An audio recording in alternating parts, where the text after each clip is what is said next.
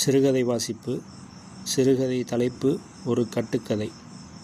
பன்றி என்னுடன் சம்பாஷிக்க வந்தபோது மாலை 6:30 மணி இருக்கும். ஒரு 15-20 குட்டிகளாவது இருக்கும். தொளதொளத்து தொங்கிய அதன் வயிற்றில் சாக்கடையில் புரண்டு விட்டு வந்திருந்தது. மேல் உடம்பு கண்ணங்கரையில் என்று சாக்கடை தண்ணீரில் பளபளத்தது.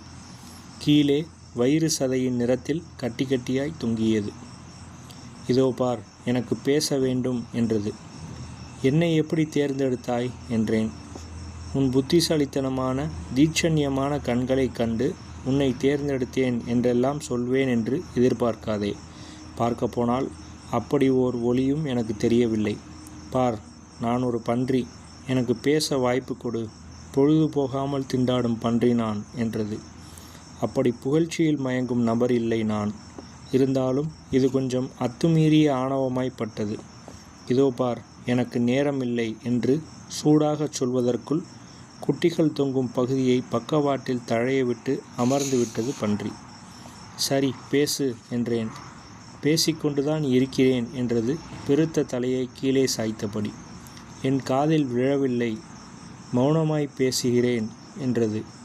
ஆணவ பன்றிகளுக்கு அடுத்தபடி என்னால் பொறுக்க முடியாதது வேதாந்த பன்றிகள். அஸ்வாரஸ்யமாய் தலையை திருப்பிக் கொண்டேன் எதிர்ப்பக்கம். சும்மாஸ் தமாஷ். ஜனங்கள் மிருகங்களின் வாயிலிருந்து ஞானம் சொட்டும் சொற்கள் வரும் என்று நினைக்கிறார்கள். நீதி கதைகளில் ஓட விடுகிறார்கள். சீச்சி, இந்த பழம் புளிக்கும் போன்ற நீதியை உதிர்க்க வேண்டும் என்று எதிர்பார்க்கிறார்கள். குப்பையில் அலைந்து சோர்ந்து சலித்து போன பன்றி நான். ஞான சம்பந்தமான விஷயங்களில் எனக்கு ஈடுபாடில்லை என்றது. எதை பற்றித்தான் பேச விரும்புகிறாய்? உங்கள் கட்டிடத்தின் வாயிற்கதவு பற்றி. மாடியும் கீழுமாய் 6 வீடுகள் கொண்ட கட்டிடம் அது. அடுத்தாற்போல் முள்வேலியால் இரு பக்கமும் அடைக்கப்பட்ட வெற்றுமனை. வெற்றுமனை என்று சொன்னது பேச்சுக்காகத்தான்.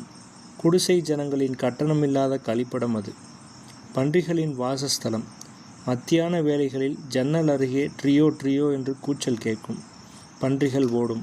சில சமயம் தெரு ஆரம்பத்திலுள்ள சந்தில் நுழையும் போது கே கே என்று மூச்சு சீரும் கதறல் கேட்கும். நின்றால் போயிட்டே இருங்க, பன்னி அடிக்கிறாங்க என்று தள்ளிவிடுவார்கள். எதுக்குப்பா அடிக்கிறாங்க? எதுக்கு அடிப்பாங்க? சாப்பிடத்தான். நவந்துக்கிட்டே இருங்க. கட்டிடத்தின் வாயிற்கதவில் ஒரு நாய் நுழையும் சதுர அளவு இடம் இருந்தது. பலமுறை துரத்தப்பட்ட பன்றிகள் அதில் நுழைந்துவிடும். அதை மூடிவிடும் யோசனை இருந்தது. அந்த நுழைவாயில் எனக்கு பிடிக்கிறது. அதில் நான் ஆனந்தமாய் நுழைய முடிகிறது. 4 பக்கமும் முள்வேலி இருக்க நுழைவதற்கு வாகான இடம். பரபரவென்று நான் ஓடும்போது சொர்க்க கதவு மாதிரி எனக்கு திறந்து வழிவிடுகிறது. அதை பற்றி பேச எனக்கு பிடிக்கிறது. ஒரு பன்றிக்கு தேவை நுழையக்கூடிய கதவுதான் என்று எனக்கு தோன்றுகிறது. ஓட் ஹவுஸின் புத்தகங்களின் செல்லப்பன்றி நினைவுக்கு வந்தது. பிரபுவின் கொளுத்த ரோஜா வண்ணப்பன்றி. போட்டிகளில் பரிசு பெறும் பன்றி. அதை பற்றி சொன்னேன். அமெரிக்க பன்றி பண்ணைகளில் கொழுக்க வைக்கப்பட்டு வழியில்லாமல் இறக்கும் பன்றிகளை பற்றி சொன்னேன். வழியில்லாமல் இறப்பது ஒரு பெரிய சலுகைதான் என்றது. நிறம் பற்றி அவ்வளவு சுவாரஸ்யம் காட்டவில்லை. சாகப்போகிற பன்றி கருப்பானால் என்ன, ரோஜா வண்ணமானால் என்ன என்றது. மற்றவர்கள் சாப்பிடுவதற்காக இறப்பது பற்றி ஒரு ஆட்சேபனையும் காட்டவில்லை. அது பற்றி கேட்டபோது ஆட்சேபனை காட்டக்கூடிய அதிகாரம் உள்ள நிலையில் தான் இல்லை என்று பேச மறுத்துவிட்டது. சிறிது நேரம் மௌனத்தில் கழிந்தது. சாவை பற்றி என்ன நினைக்கிறாய் என்றேன். அது ஒரு பெரிய கழி என்றது. நீளமாய் உருண்டையாய் இருப்பது. இரும்பாலோ மரத்தாலோ ஆனது. இரும்பானால் ஆசனத்திலிருந்து வாய் வரை சொருகப்படும் சாவு. மரமானால் அடிச்சாவு. எப்படி அலட்டி கொள்ளாமல் சொல்கிறாய்? அலட்டி கொண்டு ஒன்றும் ஆகப் போவதில்லை.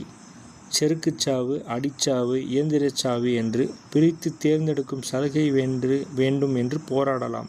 பன்றிகளிடம் ஒற்றுமை இல்லை. இயற்கையான சாவு பற்றி சொல்ல மாட்டேன் என்கிறாயே. சாவதில் என்ன இயற்கை இருக்கிறது? வலுக்கட்டாயம்தான்.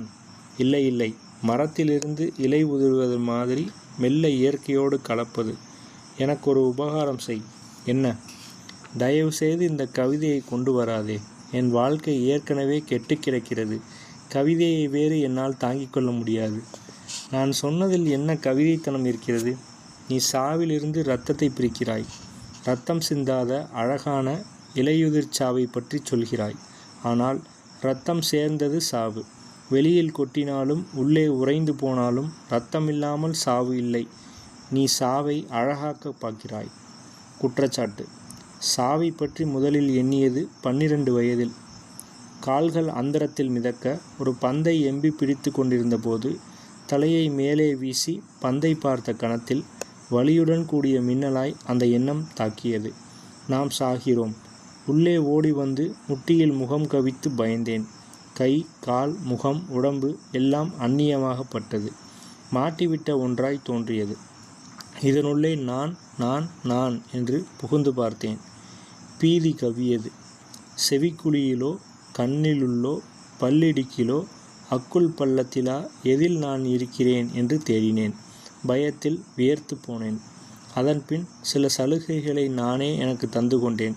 சில வகைகளில் நான் சாக விரும்பவில்லை. விபத்தில் சாக விரும்பவில்லை.